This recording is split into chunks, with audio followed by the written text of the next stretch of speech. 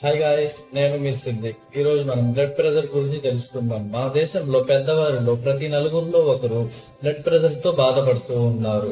యువతలో కూడా స్ట్రెస్ మరియు టెన్షన్ వల్ల బీపీ అనేది ఎక్కువగా ఉంటుంది. అసలు ఈ బీపీ అనేది ఎందుకు వస్తుంది అనేది తెలుసుకున్నట్లయితే, మన హార్ట్ అనేది మన శరీరంలో ఒక పంప్ లాగా పనిచేస్తుంది.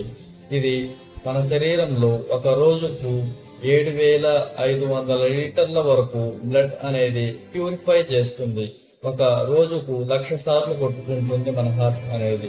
మన శరీరం మొత్తం 5 లీటర్ల బ్లడ్ అనేది ఉంటుంది. ఈ మన శరీరంలో 5 లీటర్ల బ్లడ్ అనేది మన శరీరంలో ఎల్లప్పుడూ తిరుగుతూ ఉంటుంది. ఈ క్రమంలో మన శరీరంలో ఉండే రక్తనాళాలు వెలాసిటీని కలిగి ఉంటాయి. వయసు పెరగడం, సిగరెట్లు, మందు తాగే వారిలో ఈ వెలాసిటీ అనేది తగ్గిపోతుంది. ఈ క్రమంలో బ్లడ్ అనేది రక్తనాళాల ద్వారా ప్రవహించేటప్పుడు రక్తనాళాలపై ప్రెషర్ అనేది క్రియేట్ చేస్తుంది, ఫోర్స్ అనేది క్రియేట్ చేస్తుంది. దీనినే బ్లడ్ ప్రెషర్ అని అంటారు.